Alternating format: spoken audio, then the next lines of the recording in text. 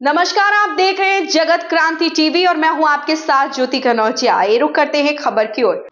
श्री विश्वकर्मा कौशल विश्वविद्यालय ने लॉन्च किए 6 नए रोजगार परक प्रोग्राम। पलवल हरियाणा सरकार द्वारा स्थापित श्री विश्वकर्मा कौशल विश्वविद्यालय ने 6 नए प्रोग्राम लॉन्च किए हैं।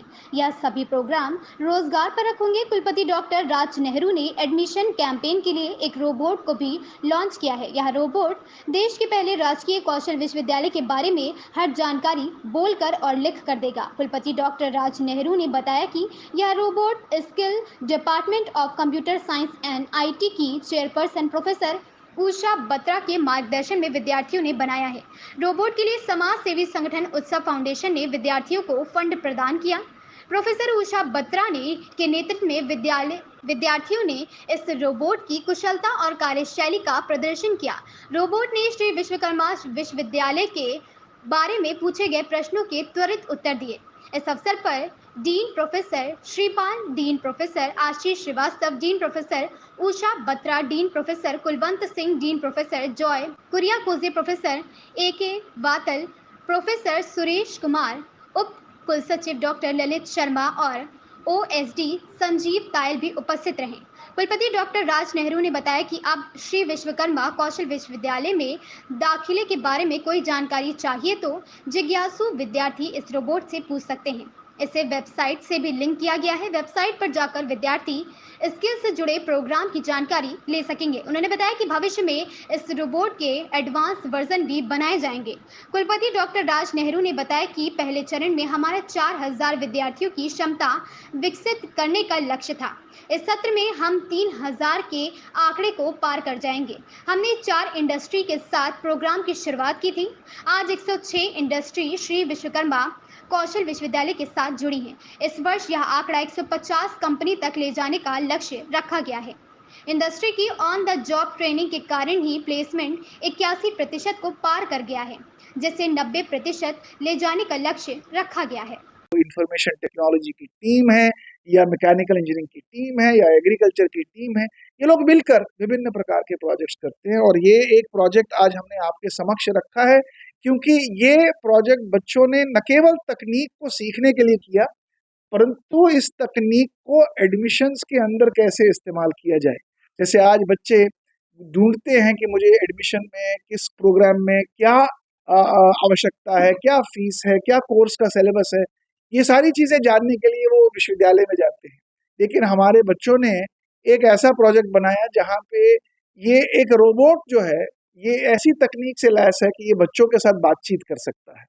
और इसी तकनीक को प्लेटफॉर्म हमारे वेबसाइट पे भी ये लेके गए हैं, जहाँ बच्चे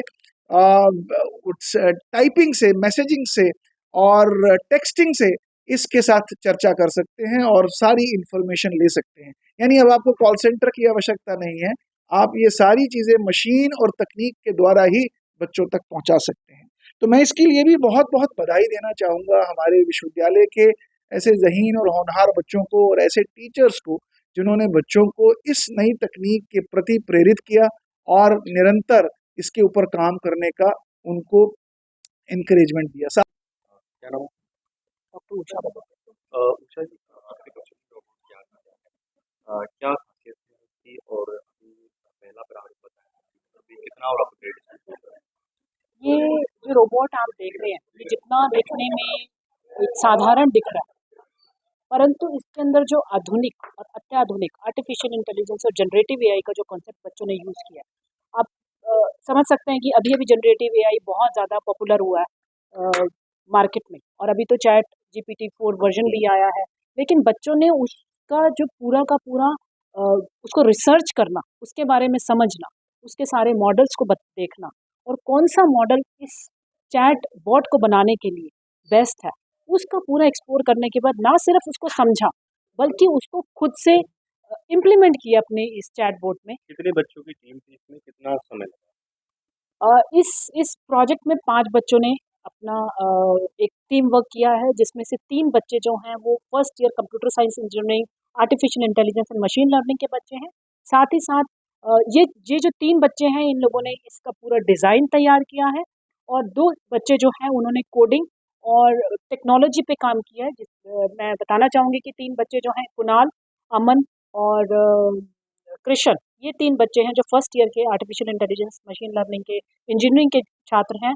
इन बच्चों ने इसके डिज़ाइन पर काम किया है और जो 2 बच्चे हैं निशांत और इंद्रजीत, इन बच्चों ने इसकी टेक्नोलॉजी पे काम किया। जो चैट जीपीटी, जो चैट बोट के बारे में हम अभी बात कर रहे थे, वो चैट बोट हमने यूनिवर्सिटी की वेबसाइट पर भी लाइव अवेलेबल कर रखी है। कितनी भाषाओं को ये समझता है? ये अभी जब हमने इसको, जैसे हमने बोला कि प्रथम चरण में है और इस प्रथम चरण में ये 3 भाषाओं को सपोर्ट करता है। तीसरी वैसे तो कोई भाषा नहीं है, बट इंग्लिश का बहुत ज़्यादा आज की डेट में प्रचलन है।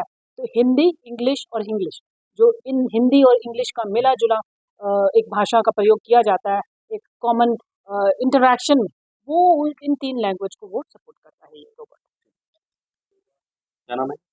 वेंकटेश भारती।